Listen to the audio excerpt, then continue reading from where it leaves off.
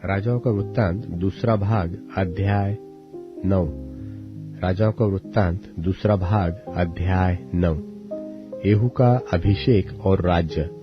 तब एलीशा भविष्यवक्ता ने भविष्यवक्ताओं के चेलों में से एक को बुलाकर उससे कहा, कमर बांध और हाथ में तेल की यह कुप्पी लेकर गिलाद के रामोत को जा और वहां पहुंचकर येहू को, जो यहोशापात का पुत्र और निमशी का पोता है, ढूंढ लेना। तब भीतर जा, उसको खड़ा कराकर उसके भाइयों से अलग एक भीतरी कोठरी में ले जाना। तब तेल की यह कुप्पी लेकर तेल को उसके सिर पर यह कहकर डालना, यहोवा यो कहता है कि मैं इस्राएल का राजा होने के लिए तेरा अभिषेक कर देता हूँ। तब द्वार खोलकर भागना, विलंब न करना। तब वह जवान भविष्यवक्ता गिलाद के रामोत को गया। वहां पहुंचकर उसने क्या देखा कि सेनापति बैठे हुए हैं। तब उसने कहा, हे सेनापति, मुझे तुझसे कुछ कहना है। येहू ने पूछा, हम सबों में से किससे? उसने कहा, हे सेनापति, तुझी से। तब वह उठकर घर में गया और उसने यह कहकर उसके सिर पर तेल डाला कि इस्राएल का परमेश्वर यहोवा यो कहता है, मैं अपनी प्रजा इस्राएल का राजा होने के लिए तेरा अभिषेक कर देता हूँ। तो तू अपने स्वामी अहाब के घराने को मार डालना, जिससे मुझे अपने दास भविष्यवक्ताओं के वरन अपने सब दासों के खून का, जो इजाबेल ने बहाया, पलटाल मिले, क्योंकि अहाब का समस्त घराना नाश हो जाएगा और मैं अहाब के वंश के हर एक लड़के को और इस्राएल में के क्या बंद हुए क्या स्वाधीन, हर एक को नाश कर डालूंगा। और मैं अहाब का घराना नबात के पुत्र यरोबाम का सा और अहिया के पुत्र बाशा का सा कर दूंगा, और इजेबेल को इस्राएल की भूमि में कुत्ते खाएंगे और उसको मिट्टी देने वाला कोई न होगा। तब वह द्वार खोलकर भाग गया। तब येहू अपने स्वामी के कर्मचारियों के पास निकल आया और एक ने उससे पूछा, क्या कुशल है? वह बावला क्यों तेरे पास आया था? उसने उससे कहा, तुमको मालूम होगा कि वह कौन है और उससे क्या बातचीत हुई। उन्होंने कहा, झूठ है, हमें बता दे। उसने कहा, उसने मुझसे कहा तो बहुत, परंतु मतलब यह है कि यहोवा यो कहता है कि मैं इस्राएल का राजा होने के लिए तेरा अभिषेक कर देता हूँ। तब उन्होंने झट अपना वस्त्र उतारकर उसके नीचे सीढ़ी ही पर बिछाया और नरसिंगे फूंक कर कहने लगे, येहू राजा है। यो येहू, जो निमशी का पोता और यहोशापात का पुत्र था, उसने योराम से राजद्रोह की गोष्ठी की। योराम तो सब इस्राएल समेत अराम के राजा हजाएल के कारण गिलाद के रामोत की रक्षा कर रहा था। परंतु राजा योराम आप अपने घाव का, जो अराम के राजा हजाएल से युद्ध करने के समय उसको अरामियों से लगे थे, उनका इलाज कराने के लिए इस्राएल को लौट गया था। तब येहू ने कहा, यदि तुम्हारा ऐसा मन हो तो इस नगर में से कोई निकलकर इस्राएल में सुनाने को न जाने पाए। तब येहू रथ पर चढ़कर इस्राएल को चला जहां योराम पड़ा हुआ था, और यहूदा का राजा अहज्याह योराम के देखने को वहां आया। इस्राएल के गुम्मट पर जो पहरुआ खड़ा था, उसने येहू के संग आते हुए दल को देखकर कहा, मुझे एक दल दिखता है। योराम ने कहा, एक सवार को बुलाकर उन लोगों से मिलने को भेज और वह उससे पूछे, क्या कुशल है? तब एक सवार उससे मिलने को गया और उससे कहा, राजा पूछता है, क्या कुशल है? येहू ने कहा, कुशल से तेरा क्या काम? हटकर मेरे पीछे चल। तब पहरुओं ने कहा, वह दूत उनके पास पहुंचा तो था, परंतु लौटकर नहीं आया। तब उसने दूसरा सवार भेजा और उसने उनके पास पहुंचकर कहा, राजा पूछता है, क्या कुशल है? येहू ने कहा, कुशल से तेरा क्या काम? हटकर मेरे पीछे चल। तब पहरुए ने कहा, वह भी उनके पास पहुंचा तो था, परंतु लौटकर नहीं आया। हाँकना निमशी के पोते एहू का सा है, वह तो बौढ़े की नाई हाँकता है। योराम ने कहा, मेरा रथ जुतवा। जब उसका रथ जूत गया, तब इस्राएल का राजा योराम और यहूदा का राजा अहज्याह दोनों अपने अपने रथ पर चढ़कर निकल गए और एहू से मिलने को बाहर जाकर इज्रेल नाबोत की भूमि में उससे भेंट की। एहू को देखते ही योराम ने पूछा, हे येहू, क्या कुशल है? एहू ने उत्तर दिया, जब तक तेरी माता इजेबेल छिनालपन और टोना करती रहे, तब क्या कुशल कहा? तब योराम रास फेर के और अहज्याह से यह कहकर कि हे अहज्याह, विश्वासघात है, भाग चल।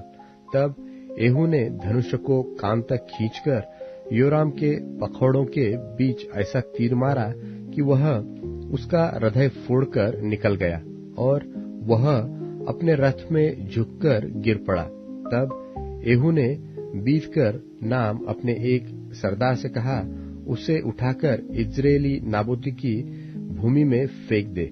स्मरण तो कर कि जब मैं और तू हम दोनों एक संग सवार होकर उसके पिता अहाब के पीछे पीछे चल रहे थे, तब यहोवा ने उससे यह भारी वचन कहवाया था कि यहोवा की यह वाणी है कि नाबोत और उसके पुत्रों का जो खून हुआ उसे मैंने देखा है, और यहोवा की यह वाणी है कि मैं उसी भूमि में तुझे बदला दूंगा। तो अब यहोवा के उस वचन के अनुसार उसे उठाकर उसी भूमि में फेंक दे। यह देखकर यहूदा का राजा अहज्याह बारी के भवन के मार्ग से भाग चला और एहू ने उसका पीछा करके कहा, उसे भी रथ ही पर मारो। तो वह भी इबलाम के पास की गुर की चढ़ाई पर मारा गया और मगिद्दो तक भागकर मर गया। तब उसके कर्मचारियों ने उसे रथ पर यरूशलेम को पहुंचाकर दाऊदपुर में उसके पुरखाओं के बीच मिट्टी दी। अहज्याह तो अहाब के पुत्र योराम के 11वें वर्ष में यहूदा पर राज्य करने लगा था। जब एहू इज्रेल को आया, तब इजेबेल यह सुन अपनी आंखों में सुरमा लगा अपना सिर सवार कर खिड़की में से झांकने लगी। जब एहू फाटक में होकर आ रहा था, तब उसने कहा, हे अपने स्वामी के घात करने वाले जिम्री, क्या कुशल है? तब उसने खिड़की की ओर मुंह उठाकर पूछा, मेरी ओर कौन है? कौन? इस पर 2-3 खोजों ने उसकी ओर झांका। तब उसने कहा, उसे नीचे गिरा दो।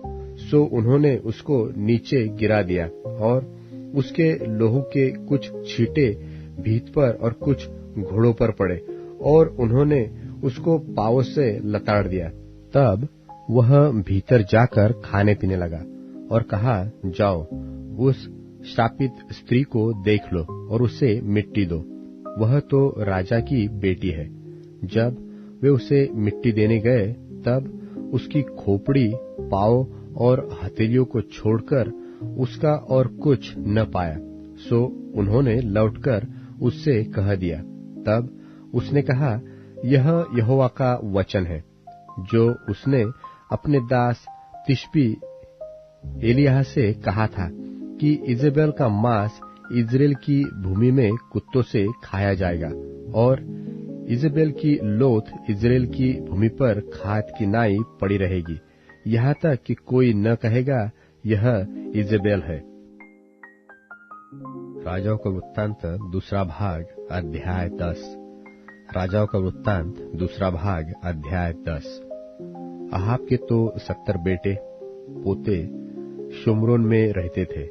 सो एहू ने शुम्रोन में उन पुरनियों के पास और जो इज्राएल के हाकिम थे और जो अहाब के लड़के बालों के पालने वाले थे, उनके पास पत्र लिखकर भेजे कि तुम्हारे स्वामी के बेटे पोते तो तुम्हारे पास रहते हैं और तुम्हारे रथ और घोड़े भी है और तुम्हारे एक गढ़वाला नगर और हथियार भी है।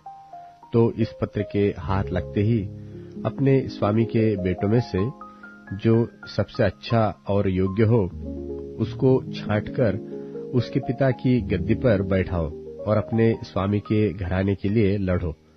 परंतु वे निपट डर गए और कहने लगे, उसके सामने 2 राजा भी ठहर न सके, फिर हम कहाँ ठहर सकेंगे?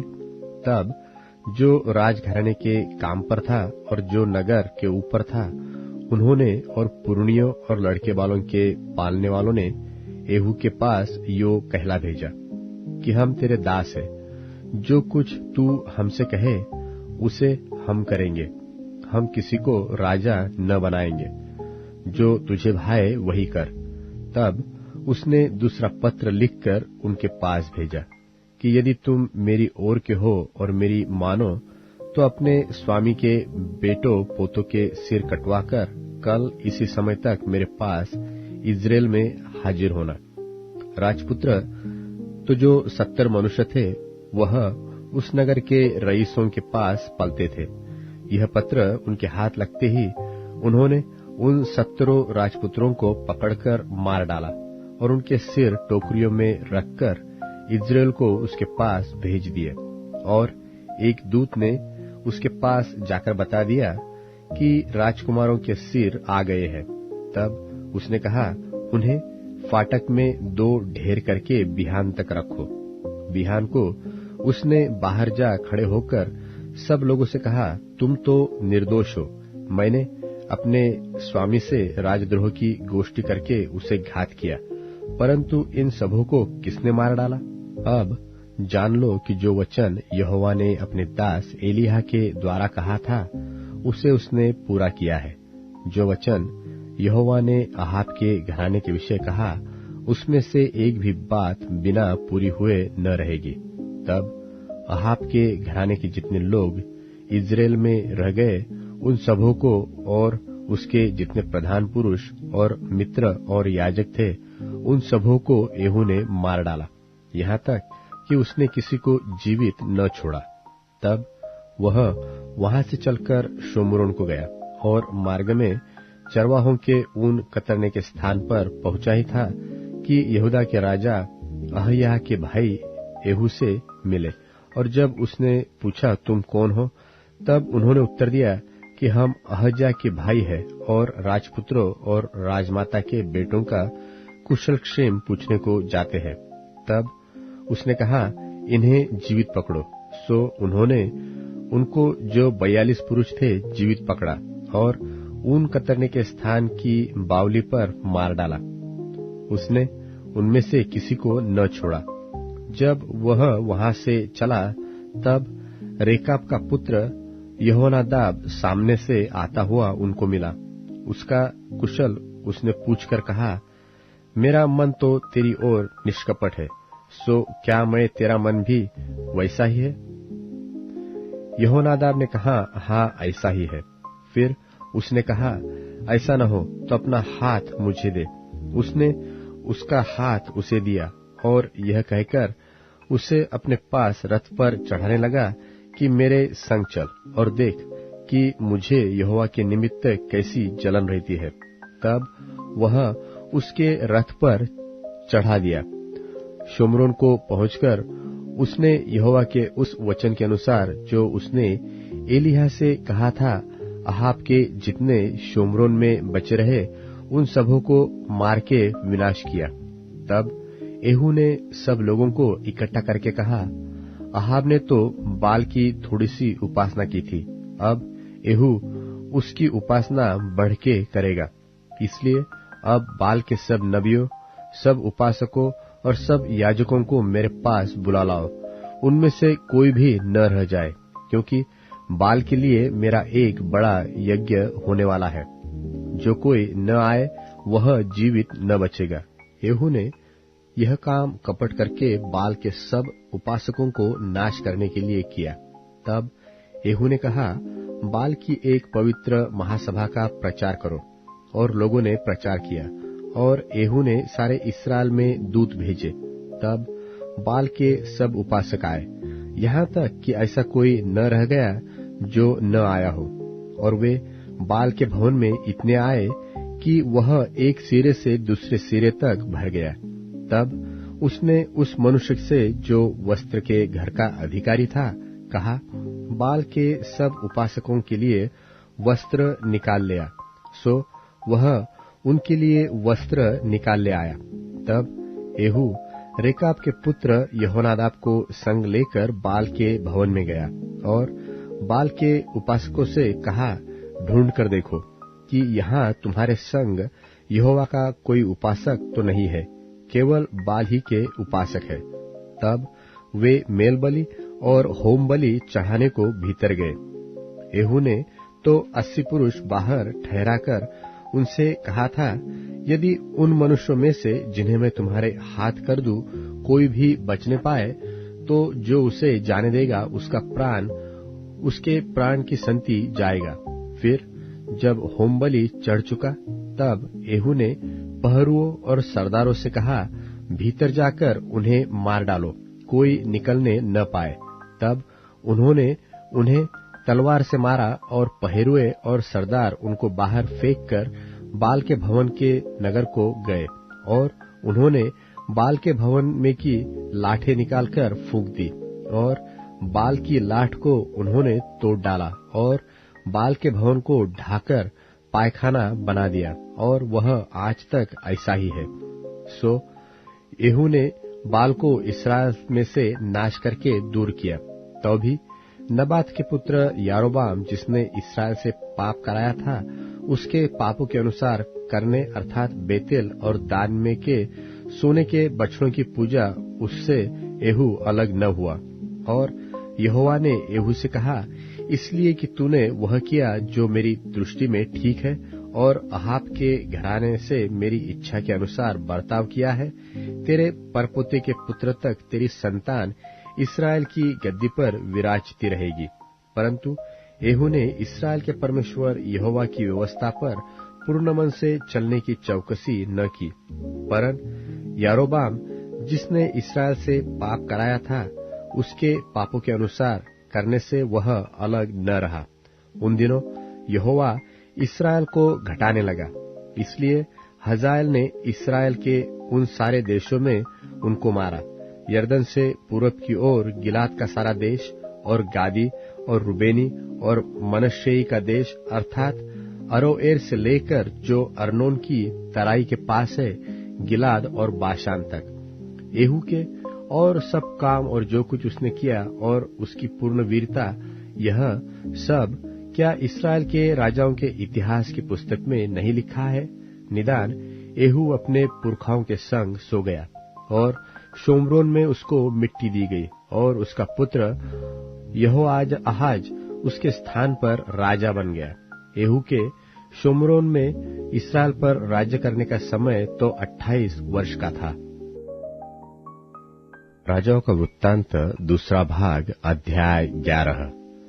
राजाओं का वृत्तांत दूसरा भाग अध्याय 11। योआश का घात से बचकर राजा हो जाना। जब अहज्याह की माता अहल्या ने देखा कि मेरा पुत्र मर गया, तब उसने पूरे राजवंश को नाश कर डाला। परंतु यहोशेबा, जो राजा योराम की बेटी और अहयाह की बहन थी, उसने अहज्याह के पुत्र योआश को घात होने वाले राजकुमारों के बीच में से चुराकर धाई समेत बिछौने रखने की कोठरी में छिपा दिया और उन्होंने उसे अतल्याह से ऐसा छिपा रखा कि वह मारा न गया और वह उसके पास यहोवा के भवन में 6 वर्ष तक छिपा रहा और अतल्याह देश पर राज्य करती रही। 7वें वर्ष में यहोयादा ने जल्लादों और पहरुओं के शतपतियों को बुला भेजा और उनको यहोवा के भवन में अपने पास ले आया और उनसे वाचा बांधी और यहोवा के भवन में उनको शपथ खिलाकर उनको राजपुत्र दिखाया। और उसने उन्हें आज्ञा दी कि एक काम करो, अर्थात तुम में से 1/3 लोग जो विश्राम दिन को आने वाले हो, वह राजभवन के पहरे की चौकसी करे और 1/3 लोग सूर नाम फाटक में ठहरे रहे और 1/3 लोग पहरुओं के पीछे के फाटक में रहे। यो तुम भवन की चौकसी करके लोगों को रोके रहना और तुम्हारे 2 दल अर्थात जितने विश्राम दिन को बाहर जाने वाले हो, वह राजा के आसपास होकर यहोवा के भवन की चौकसी करे, और तुम अपने अपने हाथ में हथियार लिए हुए राजा के चारों ओर रहना, और जो कोई पांतियों के भीतर घुसना चाहे वह मार डाला जाए, और तुम राजा के आते जाते समय उसके संग रहना। यहोयादा याजक की इन सब आज्ञाओं के अनुसार शतपतियों ने किया। वे विश्राम दिन को आने जाने वाले और दोनों दलों के अपने अपने जनों को संग लेकर यहोयादा याजक के पास गए।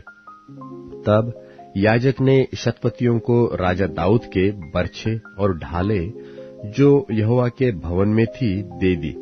इसलिए वे पहरुए अपने अपने हाथ में हथियार लिए हुए भवन के दक्षिणी कोने से लेकर उत्तरी कोने तक वेदी और भवन के पास राजा के चारों ओर उसकी आड़ करके खड़े हुए। तब उसने राजकुमार को बाहर लाकर उसके सिर पर मुकुट और साक्षीपत्र धर दिया। तब लोगों ने उसका अभिषेक करके उसको राजा बनाया। फिर ताली बजाकर बोल उठे, राजा जीवित रहे। जब अतल्याह को पहरुओं और लोगों का हलचल सुन पड़ा, तब वह उनके पास यहोवा के भवन में गई, और उसने क्या देखा कि राजा रीति के अनुसार खंबे के पास खड़ा है, और राजा के पास प्रधान और तुरही बजाने वाले खड़े हैं, और सब लोग आनंद करते और तुरहिया बजा रहे हैं। तब अतल्याह अपने वस्त्र फाड़कर राजद्रोह राजद्रोह यो पुकारने लगी। तब यहोयादा याजक ने दल के अधिकारी शतपतियों को आज्ञा दी कि उसे अपनी पांतियों के बीच से निकाल ले जाओ, और जो कोई उसके पीछे चले उसे तलवार से मार डालो, क्योंकि याजक ने कहा कि वह यहोवा के भवन में न मार डाली जाए। इसलिए उन्होंने दोनों ओर से उसको जगह दी, और वह उस मार्ग के बीच से चली गई जिससे घोड़े राजभवन में जाया करते थे, और वहां वह मार डाली गई। तब यहोयादा ने यहोवा के और राजा प्रजा के बीच यहोवा की प्रजा होने की वाचा बंधाई, और उसने राजा और प्रजा के मध्य भी वाचा बंधाई। तब सब लोगों ने बाल के भवन को जाकर ढा दिया, और उसकी वेदियां और मूर्तें भली भांति तोड़ दी, और मत्तान नाम बाल के याजक को वेदियों के सामने ही घात किया, और याजक ने यहोवा के भवन पर अधिकारी ठहरा दिए। तब वह शतपतियों, जल्लादों और पहरुओं और सब लोगों को साथ लेकर राजा को यहोवा के भवन से नीचे ले गया, और पहरुओं के फाटक के मार्ग से राजभवन को पहुंचा दिया, और राजा राजगद्दी पर विराजमान हुआ। तब सब लोग आनंदित हुए, और नगर में शांति हुई। अतल्याह तो राजभवन के पास तलवार से मार डाली गई थी। प्रेरितों के कामों का वर्णन 18वां अध्याय।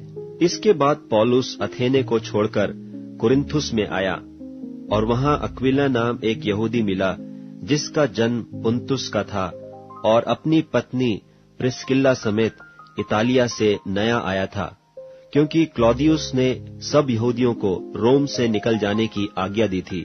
सो वह उनके यहाँ गया, और उसका और उनका एक ही उद्यम था, इसलिए वह उनके साथ रहा, और वे काम करने लगे, और उनका उद्यम तंबू बनाने का था। और वह हर एक सब्त के दिन आराधनालय में वाद विवाद करके यहूदियों और यूनानियों को भी समझाता था। जब सीलास और तीमुथियुस मकिदुनिया से आए, तो पौलुस वचन सुनाने की धुन में लगकर यहूदियों को गवाही देता था कि यीशु ही मसीह है। परंतु जब वे विरोध और निंदा करने लगे, तो उसने अपने कपड़े झाड़कर उनसे कहा, तुम्हारा लोहू तुम्हारी ही गर्दन पर रहे, मैं निर्दोष हूँ। अब से मैं अन्य जातियों के पास जाऊंगा। और वहां से चलकर वह तीतुस युस्तुस नाम परमेश्वर के एक भक्त के घर में आया, जिसका घर आराधनालय से लगा हुआ था। तब आराधनालय के सरदार क्रिस्पुस ने अपने सारे घराने समेत प्रभु पर विश्वास किया, और बहुत से कुरिन्थी सुनकर विश्वास लाए और बपतिस्मा लिया। और प्रभु ने रात को दर्शन के द्वारा पौलुस से कहा, मत डर, वरन कहे जा और चुप मत रह, क्योंकि मैं तेरे साथ हूँ और कोई तुझ पर चढ़ाई करके तेरी हानि न करेगा, क्योंकि इस नगर में मेरे बहुत से लोग हैं। सो वह उनमें परमेश्वर का वचन सिखाते हुए 1.5 वर्ष तक रहा। जब गल्लियो अखाया देश का हाकिम था, तो यहूदी लोग एका करके पौलुस पर चढ़ आए और उसे न्याय आसन के सामने लाकर कहने लगे कि यह लोगों को समझाता है कि परमेश्वर की उपासना ऐसी रीति से करें जो व्यवस्था के विपरीत है।